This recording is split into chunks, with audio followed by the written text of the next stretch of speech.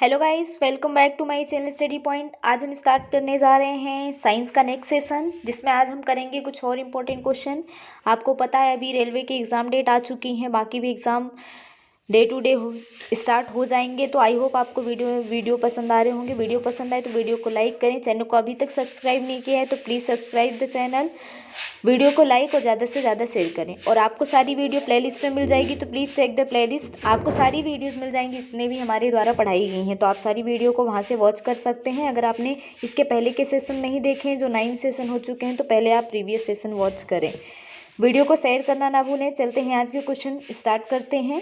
तो first question आपको दिख रहा है, उस तत्व की परमाणु संख्या क्या होगी जिसकी निम्नतम अवस्था में इलेक्ट्रॉनिक विन्यास 4f1 है। यानी इनमें से बस आपको ये बताना है। अगर आपको इलेक्ट्रॉनिक विन्यास यानी कि जो कॉन्फ़िगरेशन करना नहीं आ रहा है तो भी कोई बात नहीं, बस आपको याद करना है कि ये जो नंबर्स ऑप्शन में दिए हैं 54, 49, 56, 58, ये किस तत्व का यानी किस एलिमेंट का, वो कौन सा एलिमेंट है जिसकी परमाणु संख्या इनमें से कोई एक है, वो आपको बताना है। और जिसमें 4f1 आता है यानी f भी इंक्लूड होता है, तो वो कौन सा होगा, तो आपको बताना है आंसर क्या होगा। तो इस क्वेश्चन का आंसर क्या होगा जल्दी से बताना है। What is the answer of this question. वो कौन सी परमाणु संख्या है जिसकी अवस्था में इलेक्ट्रॉनिक विन्यास 4f1 होता है। तो मैं आपको बता दूं वो कौन सा है, सीरियम। तो सीरियम है। तो ये तो आपसे पूछता है वो कौन सा है, तो क्या बताओगे आंसर में, सीरियम, जिसका सिंबल क्या होता है, Ce होता है, और जिसका इलेक्ट्रॉनिक विन्यास 4f1 होता है। और आपको बताना है कि इसका सिंबल तो C, फिर आपको बताना है इसकी परमाणु संख्या। तो आपका आंसर क्या हो जाएगा, 58। ठीक है, इसकी परमाणु संख्या यानी कि एटॉमिक नंबर जो होता है वो 58 होता है। जो 58 होता है तो आपको पता है उसमें F भी आएगा जब आप इसका कॉन्फ़िगरेशन करते हैं। तो 57 लेंथेनम का होता है, जिसको LA से हम डिनोट करते हैं। बाकी सारी चीज़ें भी आपको याद करनी है। तो नेक्स्ट चलते हैं नेक्स्ट क्वेश्चन पे। इसी में सेकंड क्वेश्चन, वॉल पेन किस सिद्धांत पर काम करता है। बहुत बार ये क्वेश्चन पूछा गया है कि जो वॉल पेन होता है, नॉर्मली जो वॉल पेन हम यूज़ करते हैं ना, वॉल पेन, ये किस सिद्धांत पर यानी किस प्रिंसिपल पर वर्क करता है। मैं आपको इंग्लिश में भी एक्सप्लेन करती जाऊँगी, किस सिद्धांत पर काम करता है या किस प्रिंसिपल पर काम करता है। ऑप्शन है श्यानता यानी विस्कोसिटी, गुरुत्वाकर्षण बल यानी ग्रेविटेशनल फोर्स, कैसिकत्व या पृष्ठ तनाव यानी जो कैपिलरिटी होती है। जैसे आपको पता है दिया जलती है तो उसमें बत्ती में ऊपर तेल चढ़ता है, ये कौन सी प्रोसेस है, कैसिकत्व ही बोलते हैं, कैपिलरिटी बोलते हैं, या सरफेस टेंशन या फिर बॉयल का नियम। तो आपको बताना है इसमें से आंसर क्या होगा। जो पेन चलता है, अभी मैंने आपको बताया कैसिकत्व क्या होता है। तो जैसे पेन में स्याही का चढ़ना यानी इंक जिस वजह से आप लिख पाते हो, तो वॉल पेन जो होता है किस सिद्धांत पर काम करता है, कैसिकत्व और पृष्ठ तनाव, जिसको हम बोलते हैं कैपिलरिटी, और क्या बोलते हैं पृष्ठ तनाव को, सरफेस टेंशन, जिसकी वजह से वो सरफेस पे आप पेन को चला पाते हैं, लिख पाते हैं। ठीक है, तो इसका राइट आंसर क्या होगा, capillarity, action and surface tension. Capillarity क्या होता है, मैं आपको एग्जांपल बता दूं, जैसे लालटेन में दिया का जलना, जैसे मिट्टी का तेल या फिर वैसे नॉर्मल दिए जलाते हैं उस बत्ती पे चढ़ जाता है, वो भी एग्जांपल है कैपिलरिटी का। और जैसे पौधों में हम पानी देते हैं तो पानी में जो नमी बनी रहती है यानी उसमें पानी चढ़ता है, टहनियों तक, पत्तियों तक पहुंचता है, वो भी एक क्या होता है, कैसिकत्व के कारण ही होता है, ये भी कैपिलरिटी ही होती है। ठीक, तो ये छोटे छोटे एग्जाम्पल्स हैं जो डेली लाइफ में होते हैं और आपको पता नहीं होता है। कोई भी चीज़ लिखते हैं तो वो लिख पाते हैं, वो भी क्या है, सरफेस टेंशन और कैसिकत्व का ही एग्जाम्पल है। नेक्स्ट क्वेश्चन है, ग्लूकोमा नामक बीमारी। ग्लूकोमा क्या है, एक डिसीज़ है। ये क्या है, एक बीमारी है। ग्लूकोमा एक डिसीज़ है। अब ये किसकी वजह से होती है या शरीर के किस अंग में प्रभावित होती है, ये आपको बताना है। नॉर्मली बता दीजिए कि शरीर के किस अंग को प्रभावित करती है। तो ग्लूकोमा बहुत लोगों को पता होगा, ये आइज से रिलेटेड है। तो ये कहाँ होती है, ये बीमारी शरीर के किस पार्ट में, आँख में होती है। बस इतना याद रखना है आपको। नेक्स्ट क्वेश्चन, उस तापक्रम यानी कि टेम्परेचर, ठीक है, उस टेम्परेचर का नाम जिस पर विभिन्न दबावों यानी प्रेशर पर जो आइडियल गैसेस होती हैं, जो आदर्श गैसेस होती हैं, यानी कि जो हम आइडियल गैस की बात करते हैं, आइडियल गैस के नियमों का पालन करती हैं, यानी कि उस टेम्परेचर का नाम बताना है, वो कौन सा टेम्परेचर है, क्रिटिकल है, बॉयल है। सम्मानित मतलब जो रिड्यूस होता है ना, सामान्य मतलब जो रिड्यूस टेम्परेचर होता है, या इवर्शन, ये सारे इंग्लिश नेम ही है, बॉयल, इवर्शन और क्रिटिकल। तो ये कौन सा टेम्परेचर है जिस पे बहुत सारे जो प्रेशर होते हैं वो किस पे काम करेंगे, आइडियल गैस के लॉज पर काम करेंगे, यानी जो आदर्श गैस होती है उसके नियम पर काम करेंगे। तो वो क्या आंसर होगा ये आपको बताना है। तो आपने फॉर्मूला तो पढ़ा होगा, आदर्श गैस के नियम का जो फॉर्मूला होता है ऑलरेडी मैंने अपने प्रीवियस वीडियो में भी बताया है, क्या होता है, PV = nRT। ठीक है, जहाँ पे P क्या होता है, प्रेशर, V क्या होता है, वॉल्यूम, और N क्या होता है, यानी कि जो गैस के अंदर पार्टिकल्स होंगे, नंबर ऑफ पार्टिकल्स, गैस के अणुओं की संख्या, और R कांस्टेंट है यहाँ पर, T क्या होगा, टेम्परेचर। तो ये क्या होता है, कभी कभी ये इक्वेशन भी आपसे पूछी जाती है, आइडियल गैस के लिए इक्वेशन है। तो ये किस नियम पर काम करता है वो आपको बताना है। तो कौन सा नियम है, समानित तापक्रम, यानी कि रिड्यूस टेम्परेचर। इस पे सारे जितने भी अलग अलग टाइप के प्रेशर होते हैं वो सब इसी पर वर्क करते हैं। तो आपका आंसर क्या आ जाएगा, रिड्यूस टेम्परेचर। ये वैसा टेम्परेचर है जो अलग अलग प्रेशर पर, अलग अलग दबाव पर काम करता है, और किस रूल को फॉलो करता है, आदर्श गैस के रूल को, यानी PV = nRT। बॉयल का नियम क्या होता है, थोड़ा सा जान लेते हैं। बॉयल का नियम क्या होता है कि जो क्या होता है, जो उसका आयतन होता है वो किसके व्युत्क्रमानुपाती होता है, उसके प्रेशर के, बस इतना याद रखना है। इसमें जो आयतन होता है वो प्रेशर के व्युत्क्रमानुपाती होता है, V इन्वर्सली प्रोपोर्शनल 1/P। ठीक है, P जो होगा गैस का प्रेशर होगा, V जो होगा उसका आयतन, यानी उसके मास का जितना भी आयतन होता है। ठीक, नेक्स्ट क्वेश्चन। प्राथमिक रंग के नाम से जाने जाते हैं जितने भी प्राइमरी कलर होते हैं, यानी कि जो मेन कलर होते हैं जिसकी वजह से मल्टी कलर हम बना सकते हैं, वो कौन से मेन कलर हैं आपको बताना है। लाल, पीला, हरा, यानी कि येलो, रेड, ग्रीन, या फिर अलग अलग ऑप्शन दिए हैं, आपको आंसर बताना है। ये तो बहुत नॉर्मली सबने 10th क्लास में भी है ये पढ़ा होगा। लाल, नीला और हरा, इसका आंसर क्या हो जाएगा, लाल, नीला और हरा। ये कौन से कलर होते हैं, प्राइमरी। इन्हीं कलर को मिलाकर बाकी के सारे कलर बनाए जाते हैं। प्राइमरी का मतलब जो बेस होता है कलर्स का। फिर नेक्स्ट क्वेश्चन है 6 वाला, देखिए, डेसिबल। डेसिबल की यूनिट बतानी है। डेसिबल क्या है, डेसिबल किसे कहते हैं। पहला है ध्वनि के स्तर का माप, यानी जो साउंड का लेवल होता है उसका मेज़र करने के लिए, या फिर नॉइज़ का, आपको पता है साउंड और नॉइज़ में डिफरेंस होता है।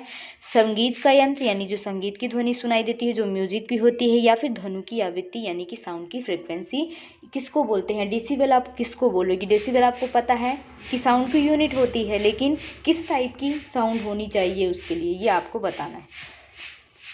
तो ध्वनि जो होता है वो ध्वनि के स्तर का माप करता है, बस नॉर्मली कैसा भी साउंड हो, बस उसके लेवल का मेजरमेंट करता है। किसके, साउंड के लेवल का मेजरमेंट करता है कौन, डेसिबल। ठीक, नेक्स्ट क्वेश्चन।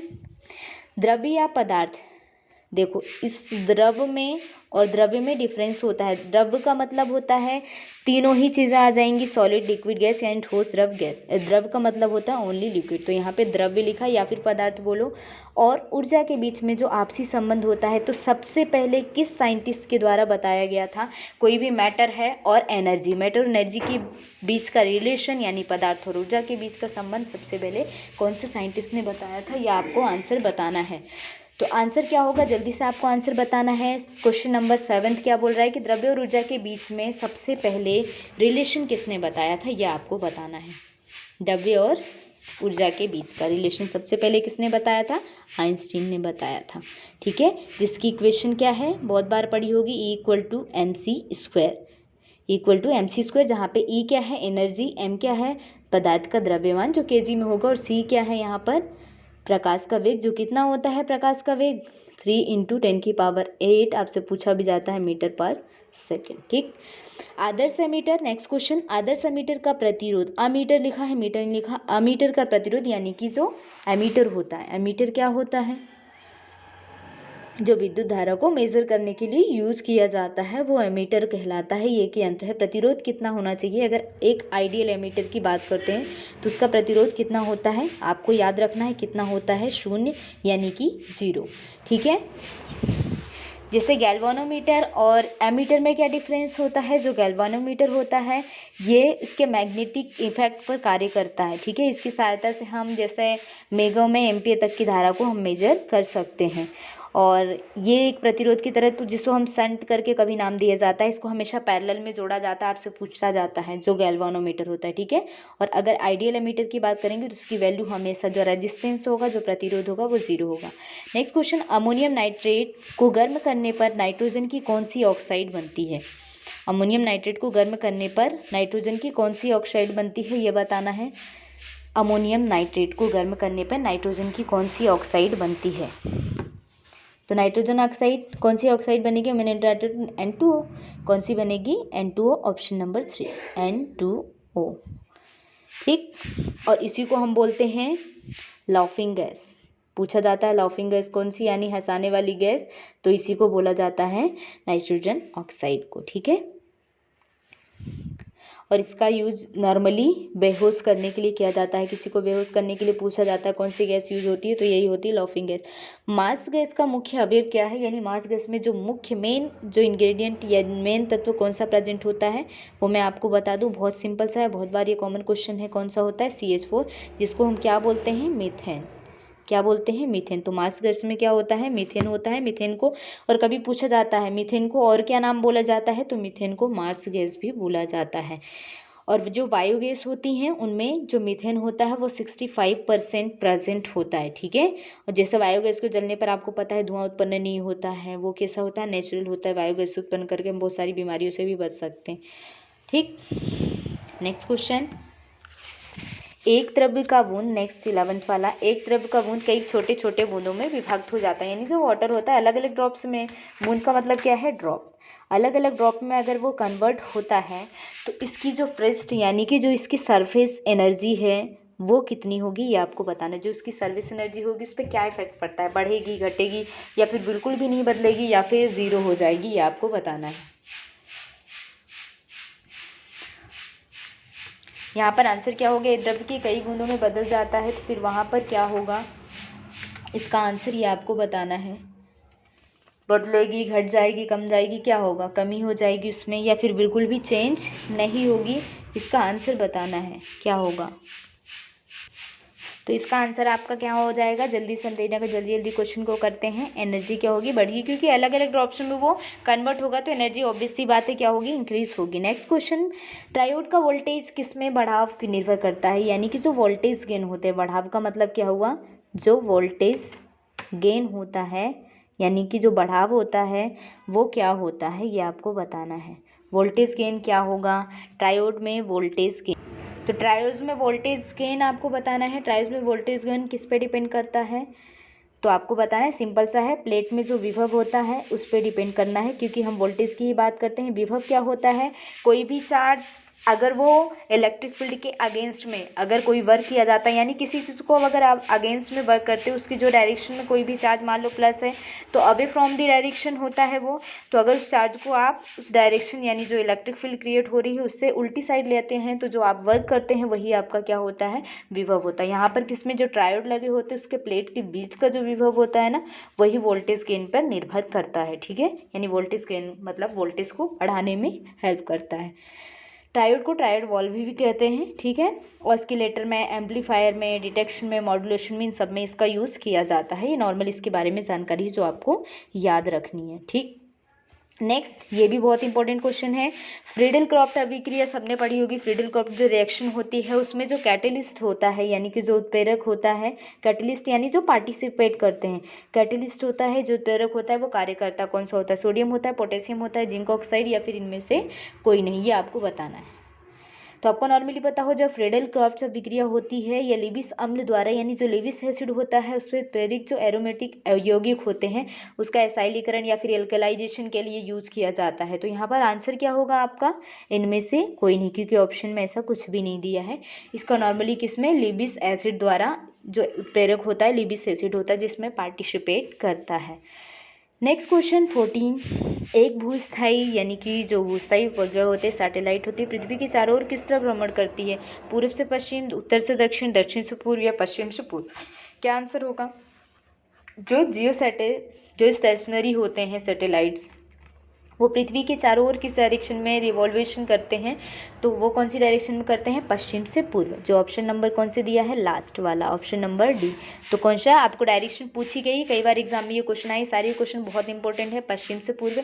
नेक्स्ट क्वेश्चन है 15, किसमें बहुबंधन यानी कि जिसमें मल्टीपल बॉन्ड होते हैं, कौन सा है, HCN है, N2H4 है, N2H4 या फिर C2H4 या फिर CO2, कौन सा आंसर होगा ये आपको बताना है, जिसमें मल्टीपल बॉन्ड होते हैं। तो वो कौन सा होगा, जल्दी बताइए आंसर क्या होगा, N2H4। इसके ही अंदर इन ऑप्शन के अकॉर्डिंग इसमें मल्टीपल बॉन्ड जो शेयरिंग करते हैं, इलेक्ट्रॉन को शेयर करते हैं आपस में अपनी संयोजकता बनाने के लिए। नेक्स्ट है एलिसाइलिक यौगिक का उदाहरण है। एलिसाइलिक यौगिक का उदाहरण कौन है, हेक्सेन, पायरोल, बेंजीन या साइक्लोहेक्सेन। क्या होगा आंसर, एलिसाइलिक यौगिक का उदाहरण क्या है, साइक्लोहेक्सेन, जिसका फॉर्मूला क्या होता है, C5, एक सेकेंड मैं आपको बता देती हूँ, फॉर्मूला होता है C5H12, ठीक है, इसका फॉर्मूला होता है। ये किसका उदाहरण है, एलिसाइलिक। एलिसाइलिक क्या होते हैं, बहुत सारे जो हाइड्रोकार्बन होते हैं जिनमें या तो रिंग उपस्थित होती है, लेकिन जो इनके प्रॉपर्टी होती है वो एलिफैटिक यौगिकों की समान होती है, उन्हीं को एलिसाइलिक यौगिक कहते हैं, ठीक है। आई होप आपको समझ में आ गया, जैसे साइक्लोप्रोपेन, साइक्लोब्यूटेन अलग अलग हो जाते हैं, C3H6, C4H8, इस तरह से। नेक्स्ट, हरा बल्ब वाले कमरे में लाल कपड़ा, यानी कि ऐसा कमरा जहाँ पर ग्रीन कलर का बल्ब लगा हुआ है, वहाँ पर आपका जो लाल रंग का कपड़ा होगा वो किस तरह दिखाई देगा। तो बहुत सिंपल सा क्वेश्चन है, जो लाल रंग का कपड़ा होगा वो कैसा दिखाई देगा, हमेशा ब्लैक दिखाई देगा। अगर ग्रीन लाइट रेड कपड़े पे पड़ती है तो वो कैसी हो जाती है, ब्लैक हो जाती है। यहाँ पर ये मिस्टेक हो गया, एक्स किरणों में किस कण यानी किस पार्टिकल की, किस कण की बौछार होती है, ये भी बहुत बार एग्जाम में क्वेश्चन आया, बहुत इंपॉर्टेंट है, जल्दी बताना इसका आंसर, कि एक्स जो रे होती हैं, एक्स रे पर किस कण, किस टाइप के पार्टिकल्स की बौछार होती है, प्रोटॉन, इलेक्ट्रॉन, न्यूट्रॉन या फोटॉन। क्या आंसर होगा इसका, एक्स रे पर किस प्रकार की कणों की बौछार होती है। तो बहुत सिंपल सा क्वेश्चन है, इसमें क्या आ जाएगा, इलेक्ट्रॉन। और इलेक्ट्रॉन पे नेगेटिव चार्ज होता है, जिसकी खोज जे थॉम्सन के द्वारा की गई थी, और कैथोड रे की भी खोज जे थॉम्सन द्वारा की गई थी। इससे आपको याद रहेगा कैथोड पे भी क्या होता है, नेगेटिव चार्ज होता है। नेक्स्ट क्वेश्चन, किस ताप पर पानी का घनत्व उच्चतम होता है, ये भी क्वेश्चन बहुत बार एग्जाम में रिपीट हुआ है। तो इसका आंसर क्या होगा, 4 डिग्री सेल्सियस। ऑप्शन में देखो 4 केल्विन भी है, लेकिन आपको आंसर क्या मार्क करना है, 4 डिग्री सेल्सियस। ये वह टेम्परेचर है जिस पर पानी का जो डेंसिटी होती है वो सबसे ज़्यादा हाई होती है, ठीक। नेक्स्ट क्वेश्चन है, बेरियम तत्व की संयोजकता यानी कि उसकी वैलेंसी परिवर्तनशील है, किसके लिए, जिंक, सिलिकॉन, एल्यूमिनियम या फिर बेरियम। तो आपको पता है जो बेरियम तत्व की संयोजकता है वो कैसी है, परिवर्तनशील है, ठीक है। ये नेक्स्ट, तो आपका आंसर क्या हो जाएगा, बेरियम। जिंक की कितनी होती है, +2 होती है, सिलिकॉन की +4 होती है, एल्यूमिनियम की +3 होती है, ठीक है। इसकी +4, इसकी +3 और इसकी +2। आप जब लिखते हो ना तो इस तरह से लिखते हो, Zn+2, तो इस तरह से ये इनकी बैलेंसी +2 क्या होता है, जो इलेक्ट्रॉन्स बच जाते हैं उसके लास्ट के ऑर्बिट में। तो ये थे आज के क्वेश्चन। अगर वीडियो पसंद आया हो तो वीडियो को लाइक करें, चैनल को सब्सक्राइब करें और साथ में बेल आइकन को प्रेस करें, ऑल सेलेक्ट करें, ताकि आपको वीडियो की नोटिफिकेशन टाइम टू टाइम मिले। और सारे वीडियोज़ को आप चेक कर सकते हैं, हमारे प्लेलिस्ट में जाकर आपको सारे वीडियोज़ मिल जाएंगे। इस वीडियो को ज़्यादा से ज़्यादा जितने भी आप प्लेटफॉर्म यूज़ करते हैं सब पे शेयर करें और ज़्यादा से ज़्यादा लाइक करें, सपोर्ट करें। Thank you, have a nice day.